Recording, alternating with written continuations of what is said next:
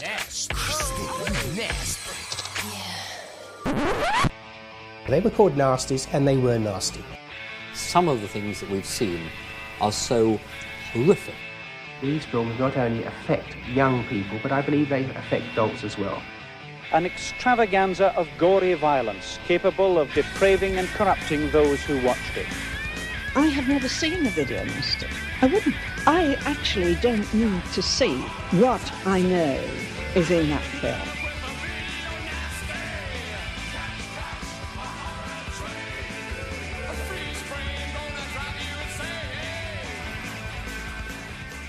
And welcome back to another episode of Doing the Nasty podcast. This is season 2, episode number 38. We are not just recording this right after episode 37. We wouldn't do that. Technically, definitely not. We took a toilet break. But then we got right back into it. Because you know what? We are committed to bringing this in on time. Like, this is going to finish this year. No, it's going to finish before the midpoint of this year. And that means we are having to put ourselves through what can only be described as some experiences I wish that I just didn't have to go through. One of which is on this episode. So, on this episode, I will be joined, as always, through all the episodes of Season 2, with my co-host with the most, one Mr. Mark Ball. Mark, how are you doing? Hello, sir. Hello, listeners. It's, even though there's a movie on this episode that made me hate life and made me send Duncan a bag of... I didn't actually send Duncan anything in the mail. Do you know how much fucking postage costs to send something? I wanted to send him my metaphorical, fist a metaphorical fist in a box. I at least thought about it, but then I had to remind myself because I was telling the missus about one of the movies that we watched on this, and she was like, Why are you subjecting yourself to this? Why are you fucking making yourself watch shit that you know you're gonna fucking hate? And I was like, well, because I signed up for this. I told Duncan about 3 years ago, yes, sir, I am very much interested in doing a whole podcast where all we watch are movies that were banned by an entire fucking country's fucking government. And yes, this is a great idea. I want to do this for the next 3 years. And admittedly, this list has had its ups and downs. Yeah. If I hadn't done the show, I never would have discovered shit like fucking Mafia Massacre Style or whatever the fuck it's called, stuff like that. But oh my god, the two movies for this episode, like, they couldn't be more yin and yang if they fucking tried. Literally, my favorite movie that I have the fucking Drew Struzan poster tattooed and a giant fucking portrait on my arm, and another movie that might as well have fucking given me AIDS. I mean, people could have received AIDS from making this movie. There's a couple of shots that look like, I don't know if anyone cleaned anything. So this movie needs a mop.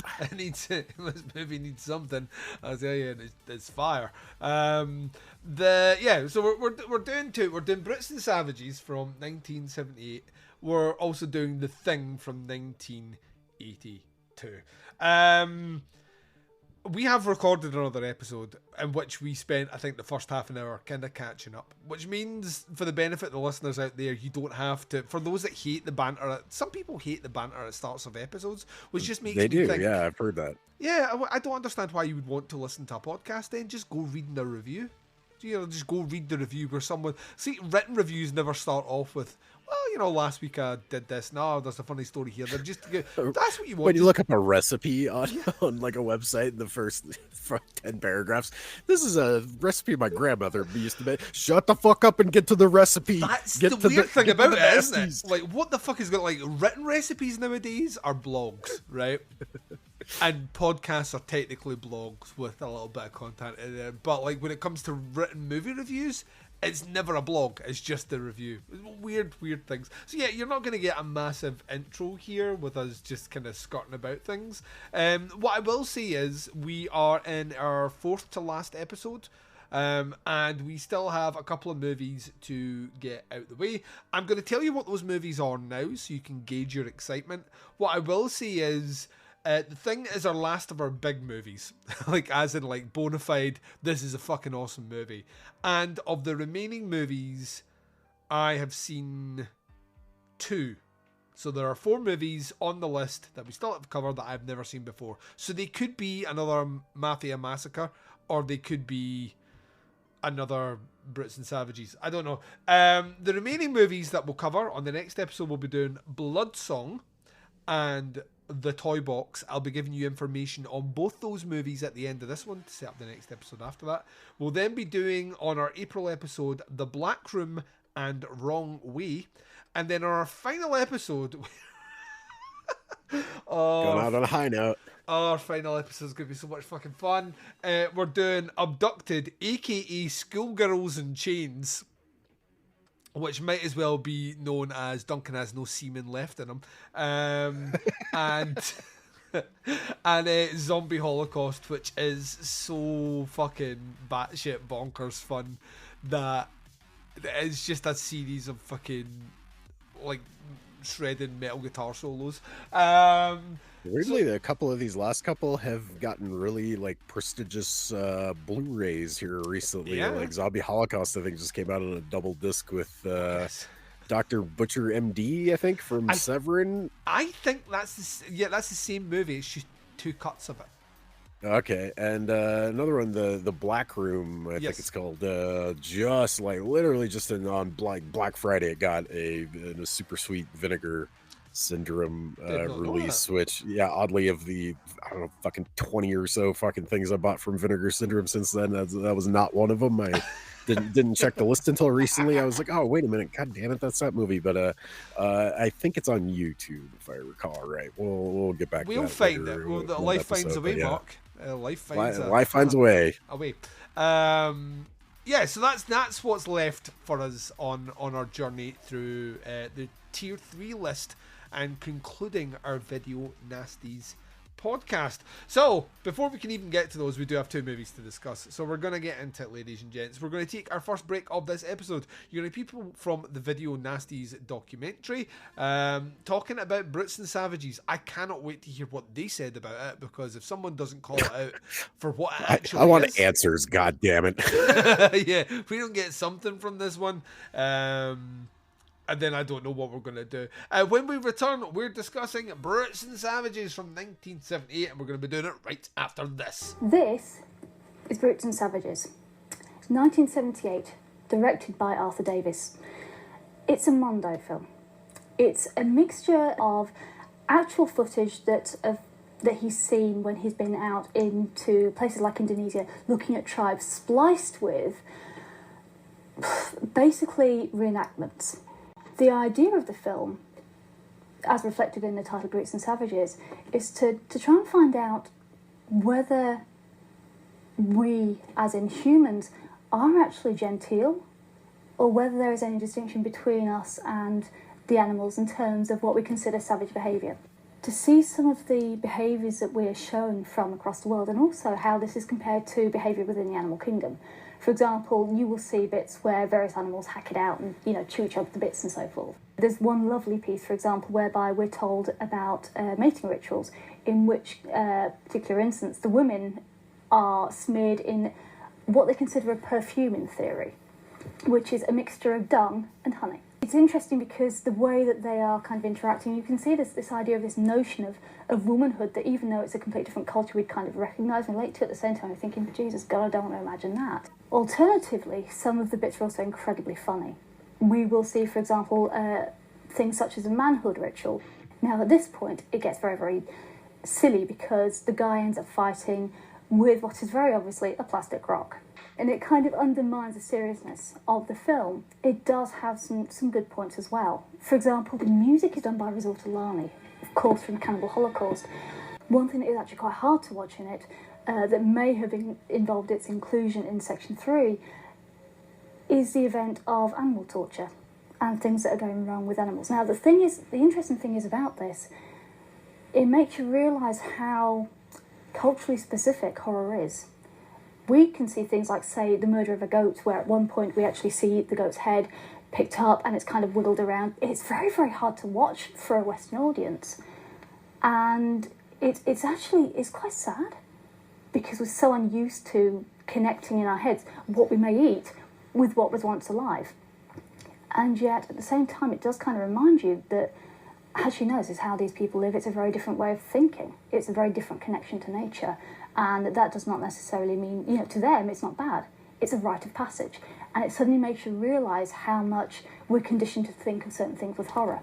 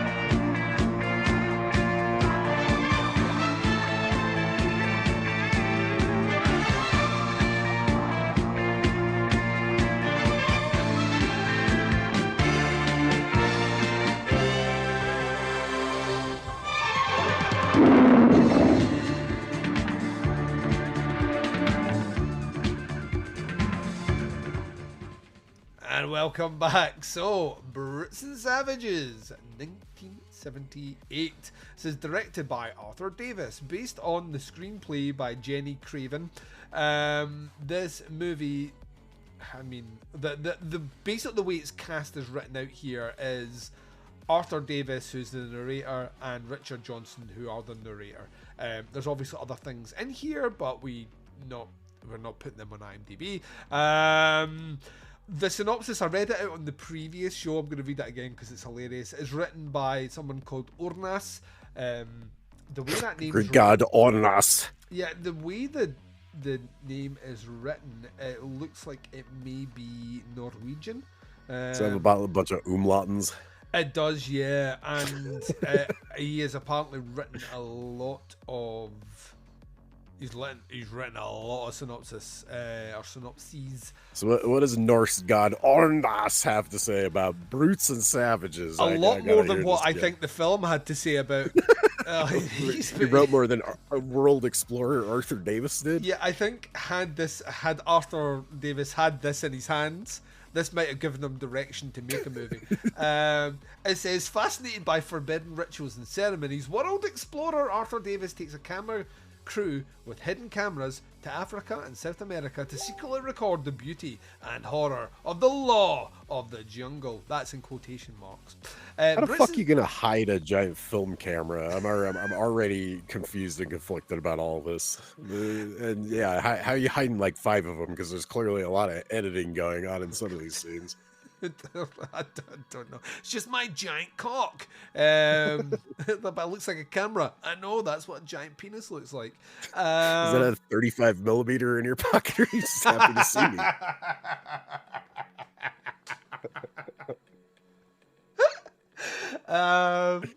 Brutes and Savages is the film document of this death-defying adventure. It's shocking, brutal, and repulsive. This film mixes bizarre, authentic footage with incredibly exploitative and often hilarious reenactments of his findings. Animal sacrifices, bizarre tribal ceremonies, mating rituals, and even brain surgery. Well, they got repulsive, right? Yeah, you had a ball with this one, Mark Ball.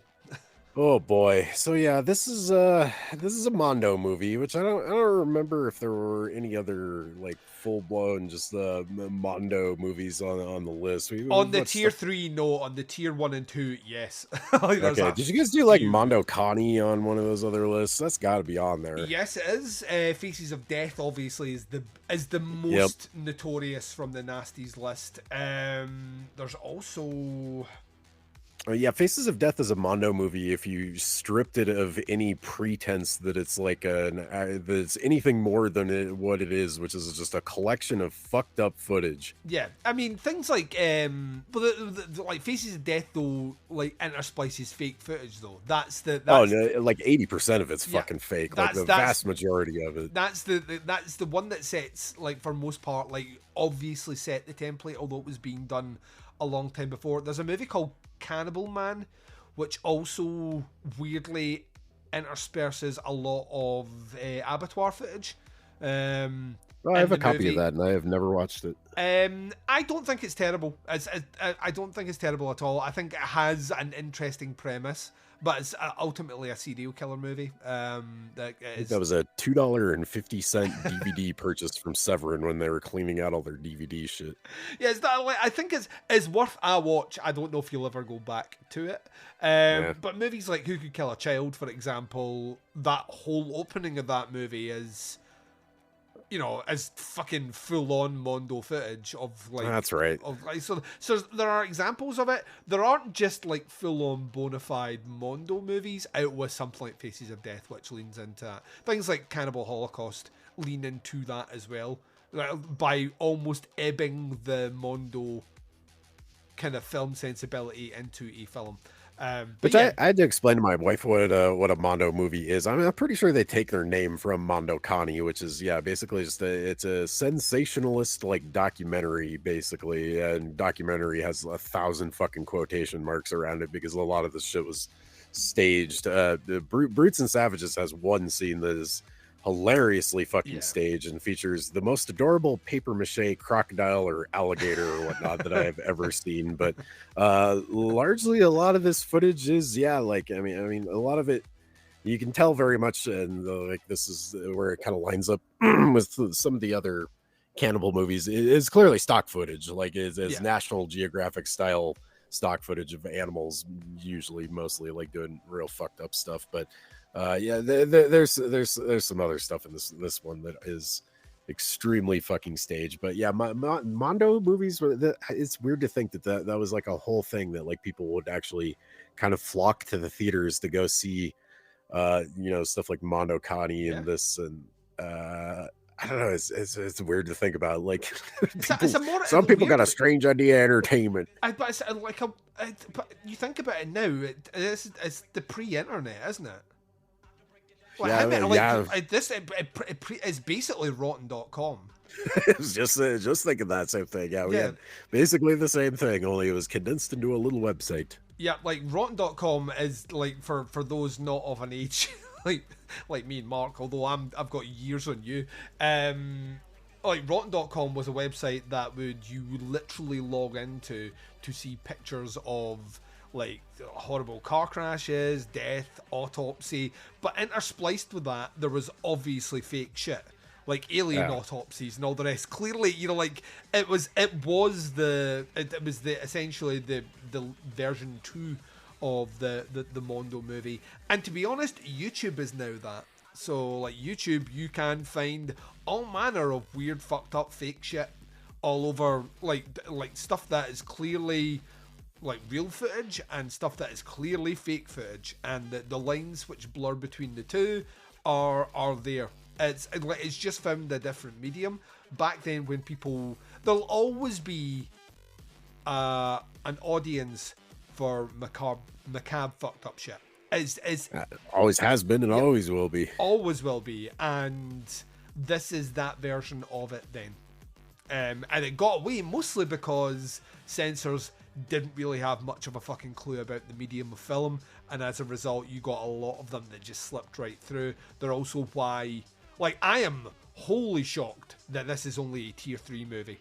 Like, I am, like, there are scenes of animal death in this one which I would have lots of them.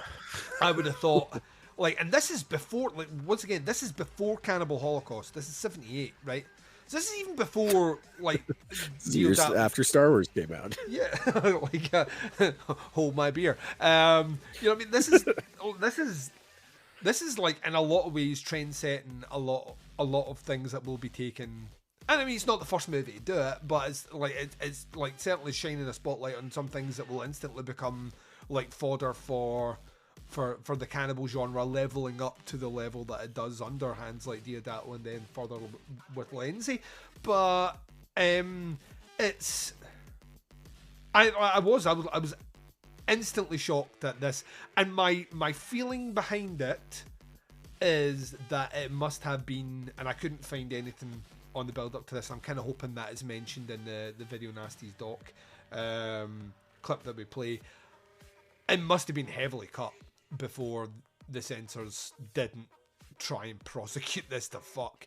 Because what would be left if you cut out like all the? This would be a 10-minute long movie if you cut out like all the animal violence even. Yeah, like that's what that tier 1 list is like tier 1 and tier 2 were basically banned movies. You know what I mean? Like the tier 2 list less so because of the people argued against them maybe weren't fully. Like, but there were movies on that tier 1 list that were out and out banned in the UK. So yeah, like I'm surprised this one didn't go there, and I don't know the reasons behind that. I don't know how this one, maybe because the violence isn't necessarily perpetrated on, like, see, a movie like Cannibal Holocaust is surprisingly clever in that all that real animal violence, when the fake human violence comes along, it's handled so well that your brain's tricked into thinking it's real. At no point did I ever think at any point watching this movie that anything bad was happening to that person. You know what I mean? It's like, so it can't handle that aspect well, and maybe that's why it got a pass. But I still can't imagine like a censor sitting down and watching this going, "Yep, tier 3." I don't get that. I've mentioned before, the animal violence, it's like an instant, like, to me, that it just sets my whole body on fucking edge straight away. I've said before, I appreciate and respect the importance of a movie like Cannibal Holocaust, but I can say quite happily it's not a movie I enjoy watching, like, at all in any way, shape or form. But I understand its importance in cinema, more so than a lot of the other movies that then use that trope and try and do it in other ways. I was watching this movie. I understand the concept of a Mondo movie. I understand I wasn't the biggest fan of Faces of Death, if I'm honest, or the million that we've had, or the new one that we are getting this year. That's right, ladies and gents, brand new Faces of Death coming this year. Super weird. Which doesn't make any sense at all, even a little bit. Like, the fact they're announcing a cast for that movie literally undermines Faces of Death. It's like, let me tell you who's starring in this movie. And we're like, what are we fucking doing here? Yeah, like, I watched this and I got to the end of it and I just felt grimy, grubby, ill, and like just not happy with myself. I don't. This to me isn't entertainment. It's if it was all just reenactments, yes, there would be a weird kind of glee and perverse sort of snigger at the back of my head that would laugh at people trying to reenact things that they, you know, poorly, that they'd seen on like actual real documentarian footage or National Geographic stuff. But that's not what they're doing here. They're leaning in to make like a movie, pulling those things for entertainment purposes, and whilst they may not have shot the footage, They vetted it before it went in, which speaks to the filmmakers themselves. I really don't have anything to say about this movie other than I watched it so you don't have to, and don't watch this movie. Yeah, same. I knew this one was gonna be. I knew this was gonna be fucking rough going in. The actual brutes and savages of this movie is like a very, very small part of this movie, which kind of harkening back to the last episode with the other cannibal movie that I've already forgotten the fucking title of, Mondo Cannibal. Yeah. They found some of the whitest black Africans I think ever to play the tribesmen in this. They're absolutely actors, and it's really fucking corny, and like the human stuff in this is probably some of the most tame parts of this movie. The rest of this pretty much plays out like a fucking animal snuff film, and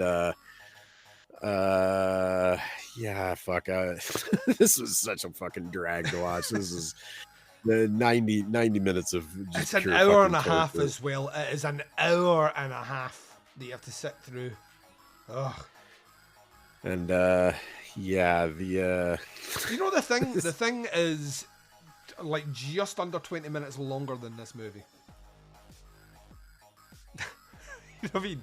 Like, and it's hugely entertaining from start to finish, and you can't take your eyes off the screen. The passage of time disappears while watching it, and this one you feel every second. Double, triple, quadruple. Yeah, I think I'm having like a trauma response to this movie where I'm actively trying to forget like as much of this as I fucking can. Because yeah, this oh boy, Arthur Davis with your I think he was exploring a whole bunch of muff with the mustache that he's got on in this thing. That's one of the extent of the. And yeah, I love his narration towards the beginning of this, where they try really hard to like hammer home the the very stupid and ham-fisted, I guess, point of this movie, and like kind of where it invokes the title, where he's like, "We present this footage to you so that you can decide who are the brutes and who are the savages," and you know, it's something that like it's kind of the main thing why Cannibal Holocaust is great, because it asks that very question. It just does it way more eloquently, and you know actually makes a movie out of it, not just like a fucking clip show of horrible murder and death and awful shit. And yeah, it's like the worst episode of America's home movies. Yes. But yeah. Yeah, let's not talk about this anymore. Let's just jump straight to the grades. Hard time. Yeah, hard, 100%. like the easiest hard time I've given out this whole fucking series. Yeah, like as soon as you put shit like that in your movie, fuck you. Yep, hard time. I would rather watch The Love Butcher and Mosquito the Rapist on a fucking 24-hour loop for the next 5 years than fucking watch this again. Yeah. Yeah, hard time. Fuck this movie. Yeah, fuck this movie. 0 stars. Let's go and talk about something that we will actually both enjoy talking about, which is The Thing from 1982. Me and Mark are going to take our break just now. You're going to hear, I can't even imagine who's going to talk about this one, but they're going to be excited, just like we are. We are going to return after they have spoken about The Thing to discuss The Thing, and we're going to be doing it right after this. I can't believe anybody seriously thought of banning this one or pulling this one from the shelves. It's a major studio film. Although it had a sort of slightly rocky critical reception at the beginning, it was fairly quickly accepted as a major classic of the modern horror picture.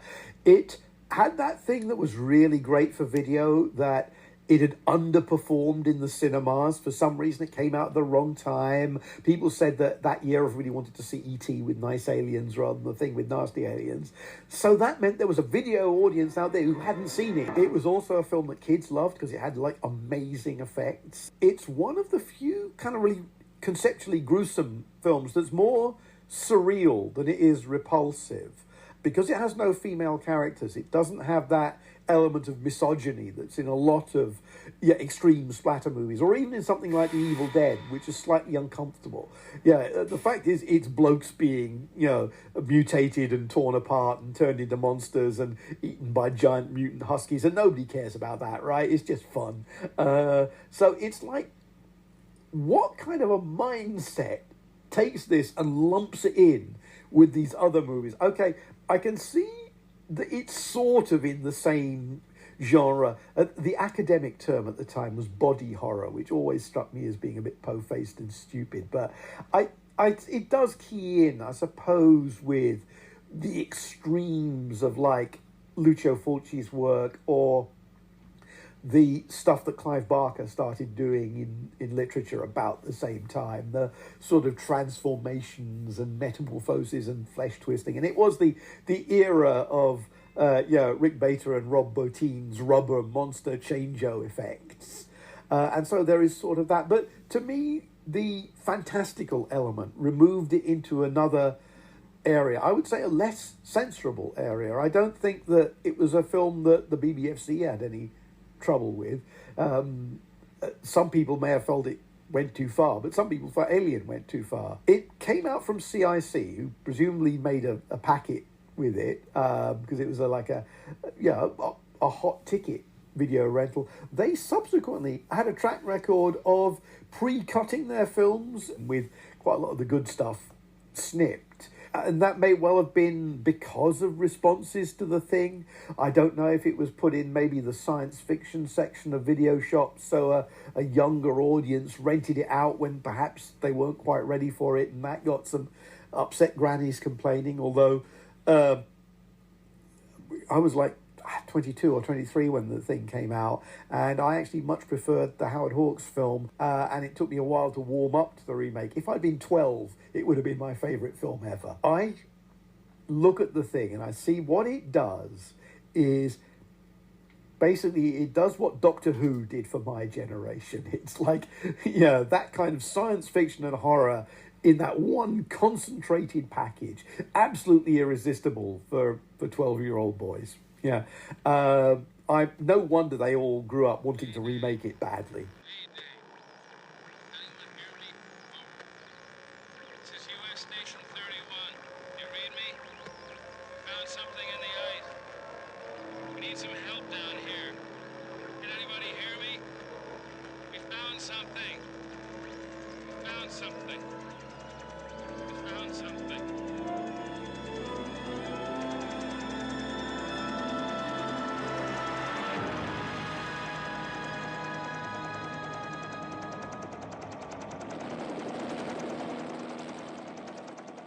12 men have just discovered something. For 100,000 years, it was buried in the snow and ice. Now it has found a place to live. Inside. Where no one can see it, or hear it, or feel it. I know I'm human. Some of you are still human. This thing doesn't want to show itself. It wants to hide inside an imitation. It'll fight if it has to, but it's vulnerable out in the open. If it takes us over, then it has no more enemies. Nobody left to kill it. And then it's won. You guys gonna listen to Gary? We can beat one of those things!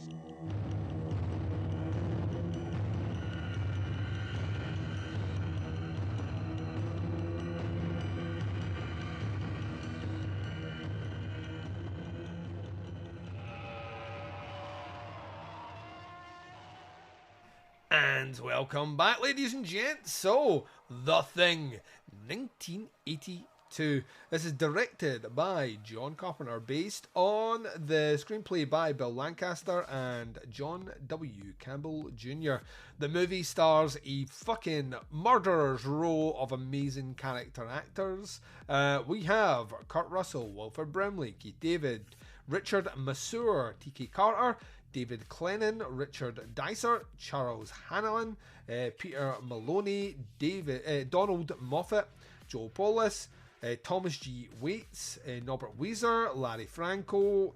The list goes on and fucking on and on and on. Guess what? John Carpenter small cameo in this one as a Norwegian film person. And also Adrian Barbeau credited as the voice in the computer, which may have been because John Carpenter and Adrian Barbeau were in a relationship at the time.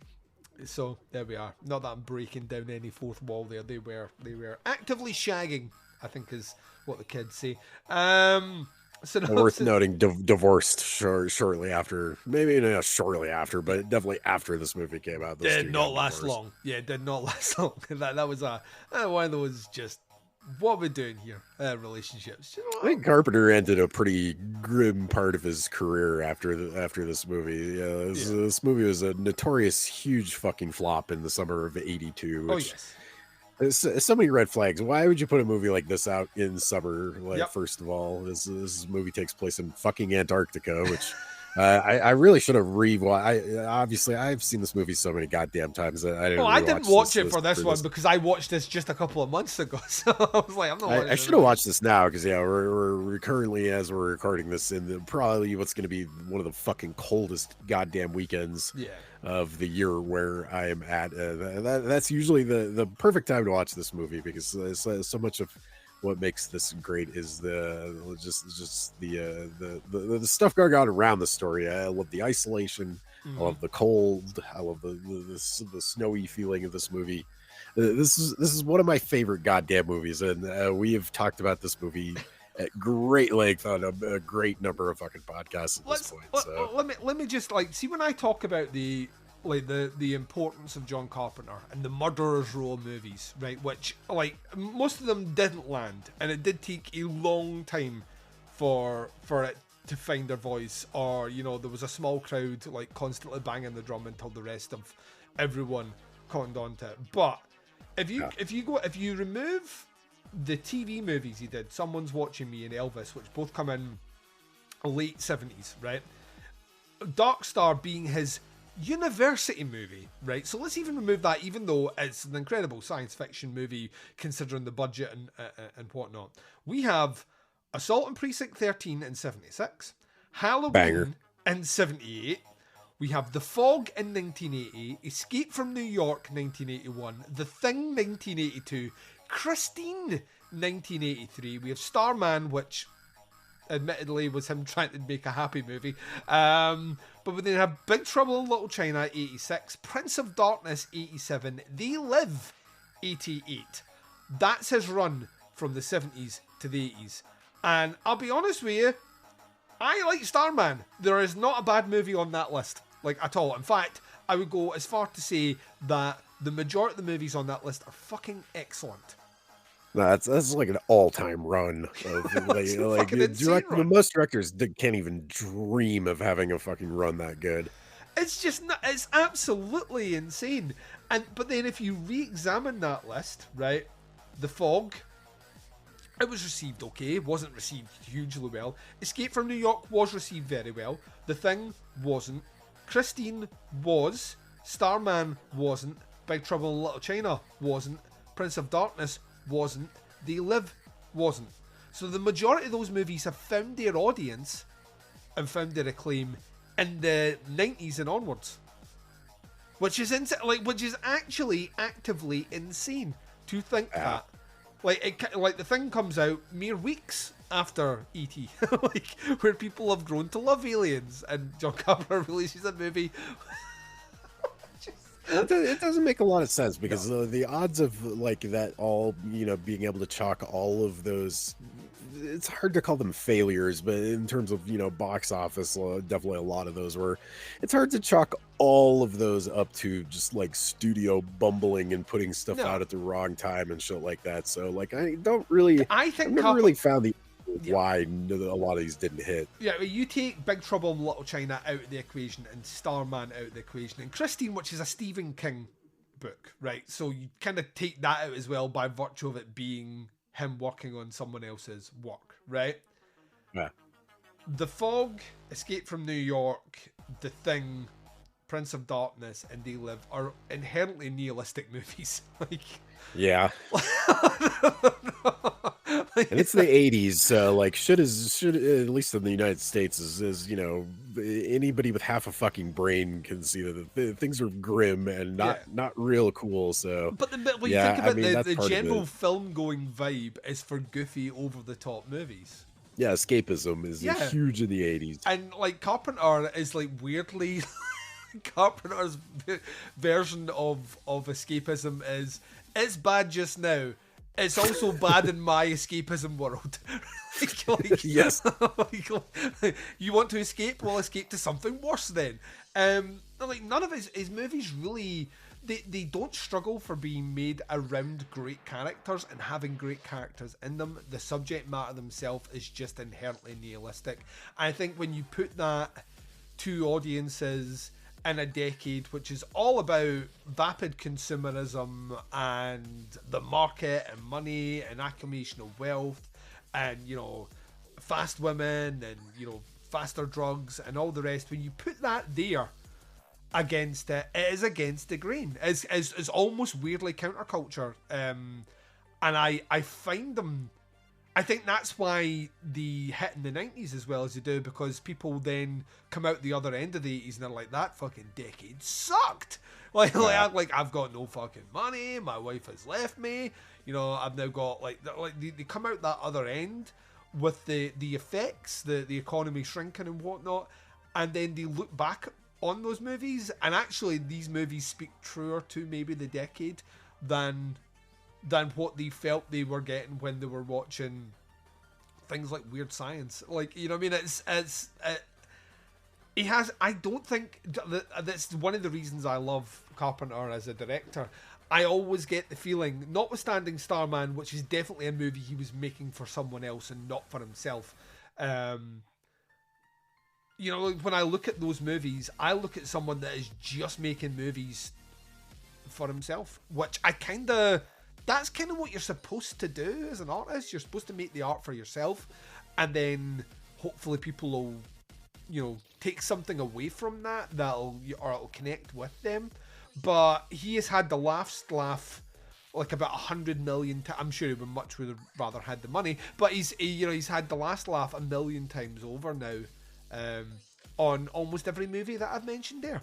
Like, the thing is, arguably the greatest horror movie ever fucking made. It's the height of special effects. It's got one of the greatest casts ever assembled. It's the greatest remake ever, you know, ever done.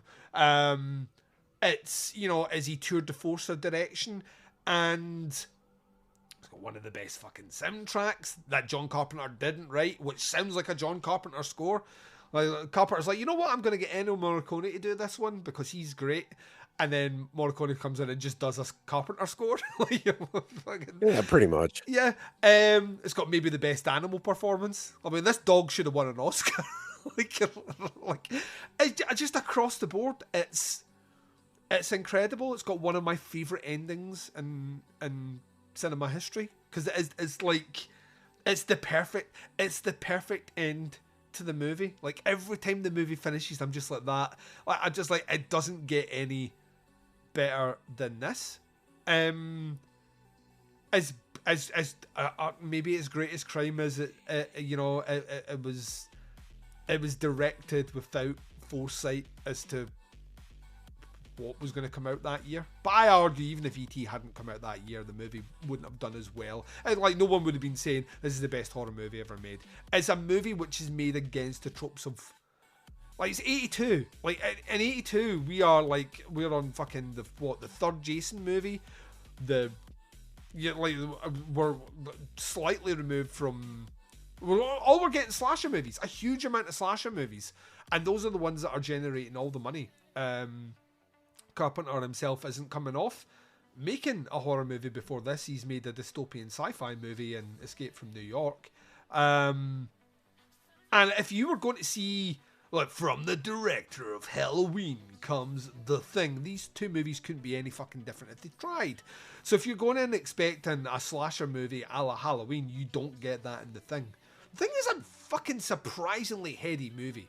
It's a very simple movie, but it's played so smart. It's all nuance. It's all like these people feel like they've known each other forever and worked together forever. So those relationships, like the first time you ever watch Alien, you're like that, all right, it feels like these guys have worked jobs before. You just get that in their performances. Every character has their own little quirk, their own little nuance, their own little way of behaving.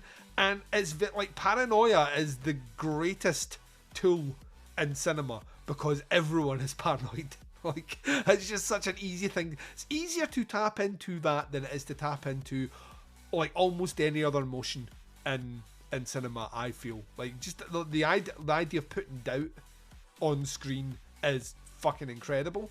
And he wields it like a fucking, like an artist, like a master sculptor wields a chisel. And it's just perfectly, that is like about the most perfect horror movie ever fucking made.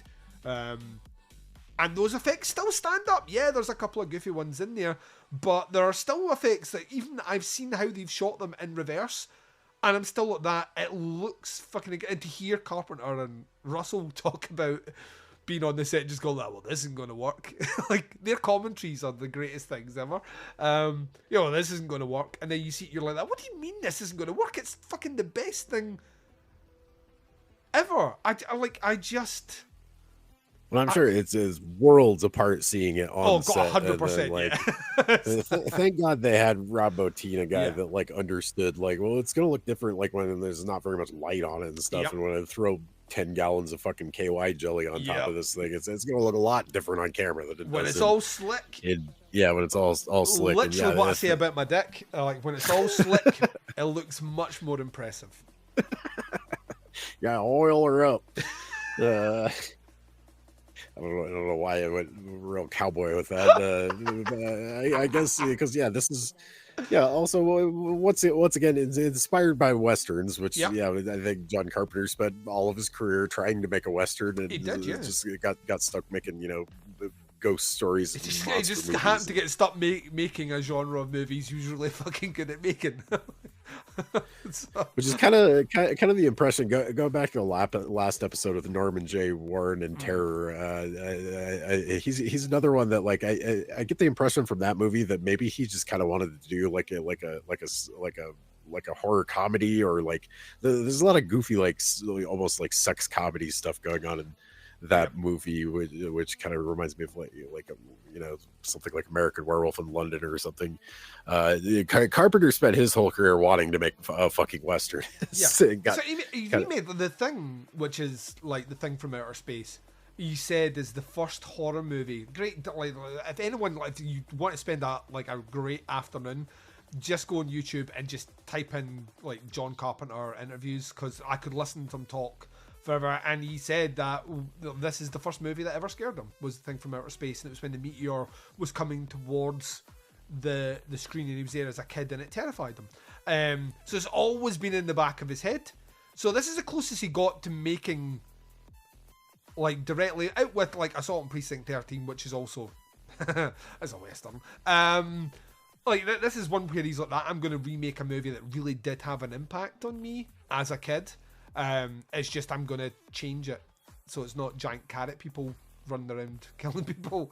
The two movies are way fucking different for anybody that hasn't seen like the Howard Hawks one. It's very more along the lines of the old Universal stuff. It's a guy in a suit basically. It's fucking 50s, right? People going around doing that shit. So, but similar to the Carpenter one, like some of the more interesting parts of the Hawks movie isn't really the monster. It's all the extraneous shit that's going on around him, kind of like the Carpenter movie like has just like the characters are so effortlessly cool, like they all just exude this coolness, and like you feel like you know them right off the bat. Like they don't really get a whole lot of time at the beginning of this movie before we're off to the races to kind of introduce like not like a 27 fucking character cast like Terror has, but there's quite a few fucking people in this movie, and like a lot of the costumes and shit, like it can kind of become hard to differentiate them, like especially I think on your first watch or whatever. But yeah, dude, like what a fucking like a murder, a spoil of wealth. Yeah, as far as the fucking cast goes, it's insane so how cool. good this cast is. And, like across the board, there is not one weak link. Like every character does like some of their best work. Like you forget, you watch it and you remember there's like a lot of, everyone gets their time on camera here and they all deliver it. Like there is nothing more, nothing like I have never considered out with maybe a movie like The Firm, where like Brimley is the enforcer in that movie, and you're like, all right, he probably could like break your knuckles or make you disappear. Like Wilford Brimley is like his fucking character is terrifying, like because like he's the one that he's the rational mind that sees, he's the rational mind that sees how things are going, yet he's the same character, the same rational mind that like we'll get locked away, and when we'll finally go to get him, there's a fucking noose. He's fucking made a noose. He's like the first one to crack, because he's the first one that actually sees what the stakes are in this movie. He understands the gravity of the are situation. Dire. Yeah, he knows he's not getting out of that. Like from the moment it shows him the rapid growth of what will happen if it gets out. From that moment, he knows he's not getting out of there. So he tries to sabotage everything, but yeah, it's the detail. This is why I love Carpenter. It's the detail of them looking in that shack and seeing a noose, and I'm just like, that's such a fucking dark. Like this movie's already fucking dark, but this is just made even darker. Like the chest scene with the teeth, like the has arguably, I used it in my summer series as the closing line for the 80s. Is one of my favorite lines of all time. You know, I'd rather not spend the rest of this winter tied to this fucking couch. Like it's just like such a yes. Like I would be that guy. I would be that guy. It's fucking. We all think we'd be Kurt Russell, but yeah, really, we're all Windows. Yeah, I am a. It blows my mind that this movie like upped the censors. To even be considered on the tier 3 list is kind of baffling, because this is clearly, it's supernatural. It's clearly not of this world. It's aliens, right? And the movie Alien isn't on this list. Or was it? It wasn't, was it? Alien think wasn't so. on this list. So Alien's not on this list. And I would argue Alien is a movie which, in terms of the censors, would be much more akin to being censored than this movie. You know what I mean? Like, to me, Alien has, like, fucking... similar vibes. And so, yeah. Like the chest busting scene alone. Like the idea of, like, the underlying fucking central premise of that alien scare is the fear of male rape. I mean, it's like, there's the isolation, the paranoia that movie has, like, all the way riddled right through it. And then and the fear of something getting into your body and changing you, and like doing stuff against your will, kind of. And I mean, this is I don't really know how, like, what was the vibe like, I guess, with like HIV and AIDS in the UK, because in the States this is like right around the time that was I mean, that was a thing. I mean, the thing is, it was everywhere. It was like, I mean, you've got to remember arguably the biggest music star the UK ever produced, not in the Beatles, Freddie Mercury, died of AIDS. So so I mean, like, that whole Live Aid thing, which, you know, come out as a kind of celebration to him, you know, and his life's work and all the rest is, you know, in part that it was on the tip of everyone's tongue. You couldn't escape it, really. But I don't understand how, like, a movie like this becomes the target of, oh well, yeah, we need to look at potentially banning this one, but ultimately won't. It's, you know, there's nothing in here that other horror movies that are clearly passing, you know what I mean? Clearly passing the kind of smell test here are making their way out here. This to me, it kind of almost feels like a massive overreaction. That we're looking at every horror movie now, and you know, we're just gonna. There's nothing in here. There's no sexual violence at all. There's of the deaths that happen on screen, notwithstanding the arm chomp, there isn't anything really gratuitous. The effects are all clearly effects, and I don't think you can ban a movie because of its tone. So I don't understand it. To me, I mean, the MPAA has tried before. Like, there's a few famous cases where, they're like, it's just the overall tone. There's nothing that we can point to. Like, I think Rob Zombie was actually a victim of that more than a few times, where they're like, we can't really point at anything specific that we want you to cut. We just don't like the whole goddamn thing. We don't like the vibe of your whole fucking movie, basically. Yeah, it's just that's not something that would generally impact. In the UK, it's weirdly practical. You know what I mean? Yeah. It's like, oh, there's sexual violence in this movie, right? That scene has to be cut or it's banned. You know, it's that sort of thing. I don't know. To me, it's of all the movies on the list, this is the one that's most baffling that it made any of the lists. Because I think like there's nothing about this that I think while watching it is going to make a fucking kid go out and buy a flamethrower. Like the whole purpose was that the whole might purpose want of, one, but the whole purpose of like these movies being banned is that they genuinely felt that there would be a direct impact on the people watching the movies that would, you know, it would bleed into their real life, and as a result they had to be removed. You know what I mean? Like there's nothing. This absolutely fails that test, as it 100%. doesn't at all. Yeah, I don't know how you could even think that for a second. So yeah, it's So why the fuck is this ban? Do you think? So wasn't it? So guilt wasn't by association thing? Yeah, maybe? so remember the tier 3 movies were not banned. The tier 3 movies are movies that were considered essentially as, if the police see them, you might want to confiscate them. But they weren't confiscated. So they're like, basically, this is an addendum list of movies that weren't the bad movies.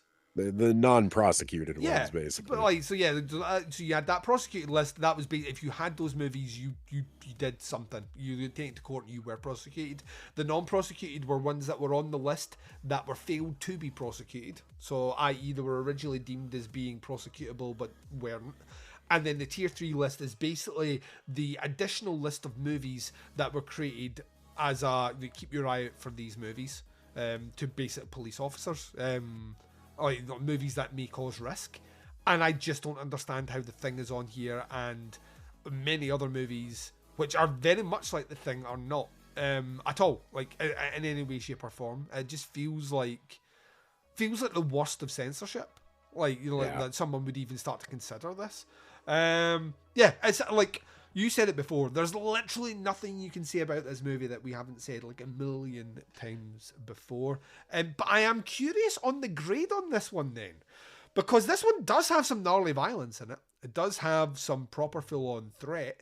It doesn't have any sexual violence or whatnot, but we do have a grading system that allows us to delve within the nuance. Where do you come in with The Thing?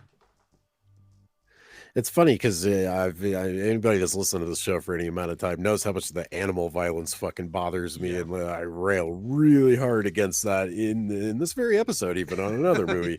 In this one, in this case, if you huskies meet some really fucking untimely ends in this, like cinematic ends. We're going to stress no dogs were harmed in making this movie. Yes, that is the huge distinction. There is that they're obviously fucking fake prosthetic animals. No real animals fucking died in the making of this. In fact, at least one of these dogs, I bet, got treated really well. Maybe even had his own fucking trailer and shit.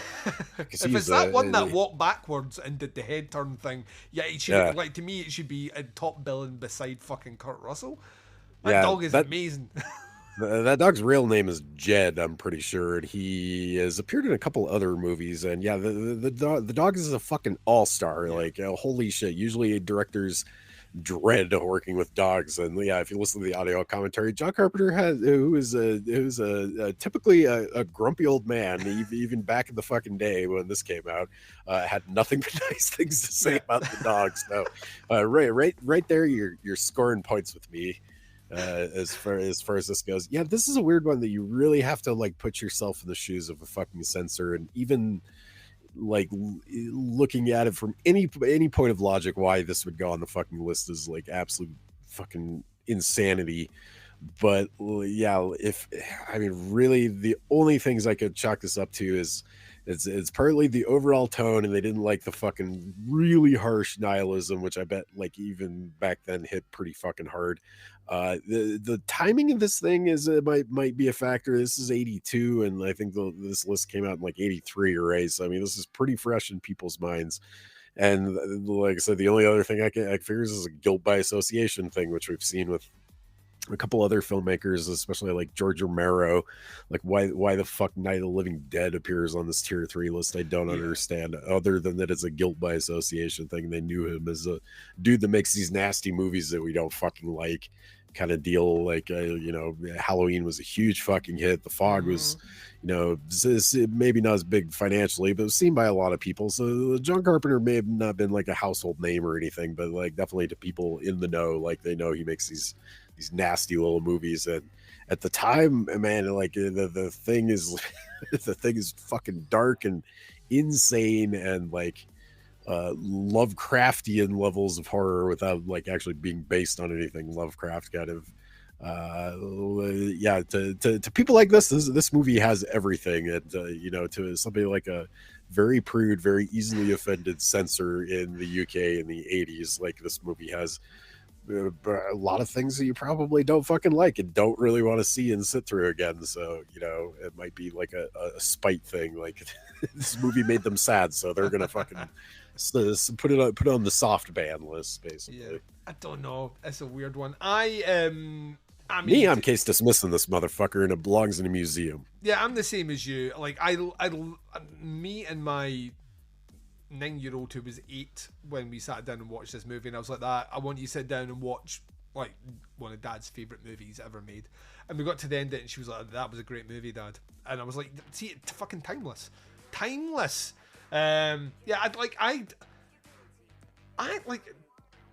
There is that conversation about greatest horror movie ever made, and what I love more is The Thing makes more lists every year as time goes by. And that's like whether John Carpenter still smarts from the potential career that he may have had like a lot of his early movies being as successful as Halloween, for example, or whether he sees them as missed opportunities. Like, few directors get the chance to have so many like incredible movies stand the test of time, and he has, and The Thing is arguably the best of the lot of them. I think it's the best movie he ever made. Like, genuinely, I think it's like, I know it's his favourite movie that he made in his catalogue, and I think I second that. To me, this is like peak Carpenter. Like, everything is just all cylinders. His messaging, his ideas, like all his influences, the cast. Like, we didn't even fucking talk about like Dean Cundy's behind the camera. Cinematography in this movie is fucking insane. It's just like the Scott, like just everything is like of the highest level. I don't think I will ever see a movie that will make me feel like The Shining is always right behind The Thing for me. Like, and that's like a movie that once again is to me firing on all cylinders and arguably the best that the director ever did. But yeah, The Thing, it's just fucking incredible. So yeah, case dismissed. Like Mark, I would also put it in a museum. We can argue which museum it is. What part of the world is that?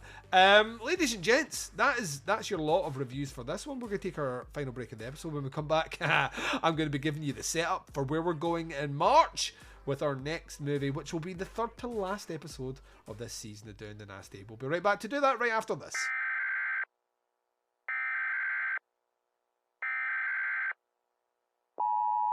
This is a test of the emergency podcasting system.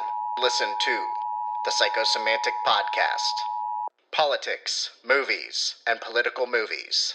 Find us on Facebook, iTunes, Stitcher, LegionPodcasts.com, the Psychosemantic Podcast. And you've been listening to Doing the Nasty podcast. This has been Season 2, Episode 38. We've done Brutes and Savages, which we will never discuss again now until our final episode where we recount the shit heap. And The Thing from 1982.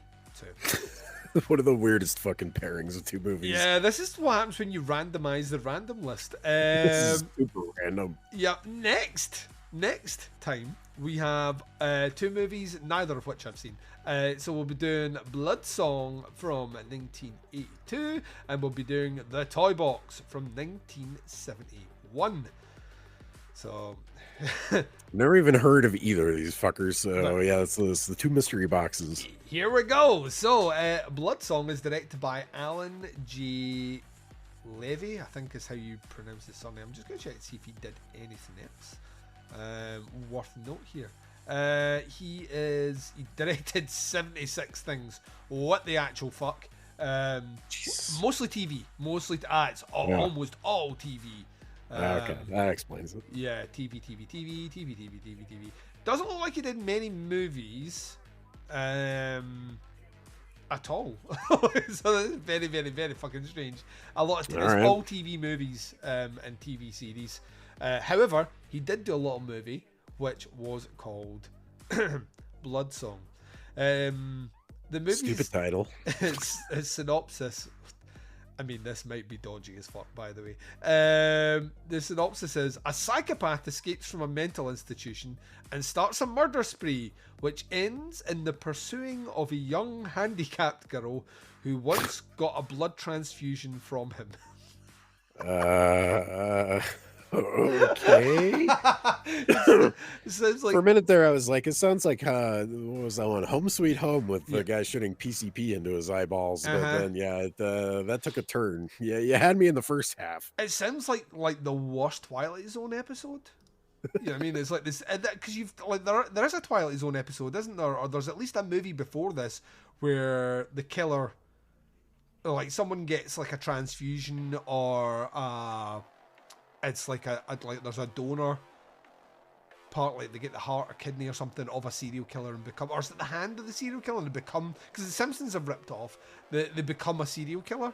Body Bags, the John Carpenter movie, also ripped us off. Yeah, Mark so Hamill like, part. Yeah, like there's a whole lot of this, so it's I feel this is a story that has been told before, but yeah, so there we go. That's Blood Song from 1982. It looks horribly directed and was once released on a double billing DVD double feature with Mausoleum, a movie that we have covered. So there you go. Mausoleum fucking slaps. Yep. So it was released as part of a double bill in that one. However, let's get to. Right. Oh man, The Toy Box is directed by Ronald Victor Gracia. He apparently he was a cinematographer. What the fuck? No way. I am instantly in on this one. So this dude was a cinematographer, right? More than he was a director. He was one of the cinematographers, or the cinematographer on Twin Peaks Fire Walk with Me. Fucking mind blowing, man. Honestly, he directed a couple of movies and then went on to do a lot of TV. But yeah, mostly known for cinematography. Let's tell you a little bit about Toy Box. When Ralph persuades his girlfriend Donna, it's a classic American girlfriend name. Listen here, Donna. His girlfriend Donna to participate in a bizarre party. We've all been there. She discovers the guests are there to perform erotic plays in the presence of a corpse. Ralph's millionaire uncle. This is Brewster's Millions with an orgy in the middle of it. Cannot fucking wait. Yes, this on the front cover of the artwork. This is fucking amazing, by the way. A Pandora's box of Freudian depravity. Bizarre, shocking beyond belief. He twists women in his hands as though they were toys. All right, I'm in. This is smutty, and you need to check out. You need to check out the front cover of this one. This is why it was banned. It's a lot of cartoon drawings of naked people shagging. There is so much tits on the front cover. Cartoon tits. I'm looking it up right now. What year did this come out? 1971. The toy box. It's actually a bitchin' poster. It's really a bitchin' poster, but it's just a lot. Wow. It's just a lot of people doing like weird positions, like some that would cause injury if you don't warm up. I'm fucking in like Flynn on this one. Yeah, like grabbing the Jergens and let's go. Neither one of us will be able to see. That's where we're going with our next episode. So we're doing a Blood Song and the Toy Box. Mark, before we mosey out here, you did give me some details on the last episode about a little project that had made its way to the availability to be perused and purchased. Let the listeners know where they can check out your stuff, buddy.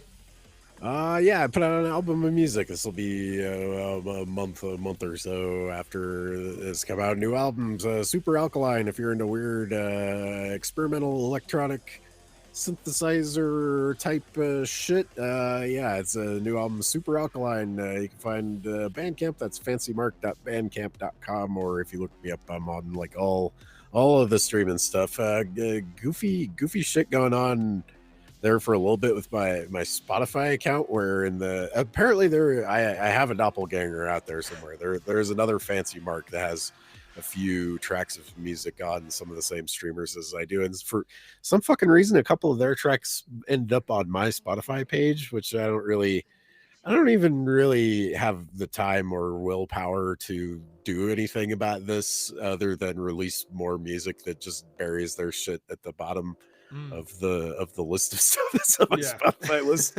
But you can tell pretty easily which ones are mine and which ones are the imposter Fancy Mark, which don't go harassing this guy or anything. I don't know who this person is, but they've put out a couple of like little instrumental things that kind of sound like elevator music. But you can find my stuff if you just search Fancy Mark on some of the music streamers. The playlist is still active on the YouTubes. If you look me up there, you want to look up my channel, not like my music page or anything. I think I'm just Fancy Mark on there as well. And I have a playlist called the Video Nasties 3, I think, that has all of the Video Nasty films off the Tier 3 list that I can find still on YouTube, basically. And yeah, there's a couple of these coming up that I'm pretty sure you can find there. If you're brave enough to follow along at home, please God, don't watch Brutes and Savages for the love of God. Don't do that to yourself. We did already, and I don't know if I'll ever recover from it. Ladies and gentlemen, we will be back for our third to last episode next month. But until then, Mark, say goodbye to the listeners, please. Goodbye, listeners. We will see you on the next set of films. Very precise, accurate, and to the point. With that, I too shall say goodbye. Bye, everyone. Nasty. Nasty. They were called Nasties, and they were nasty. Some of the things that we've seen are so horrific. These films not only affect young people, but I believe they affect adults as well. An extravaganza of gory violence capable of depraving and corrupting those who watched it. I have never seen the Video Nasty. I wouldn't. I actually don't need to see what I know is in that film.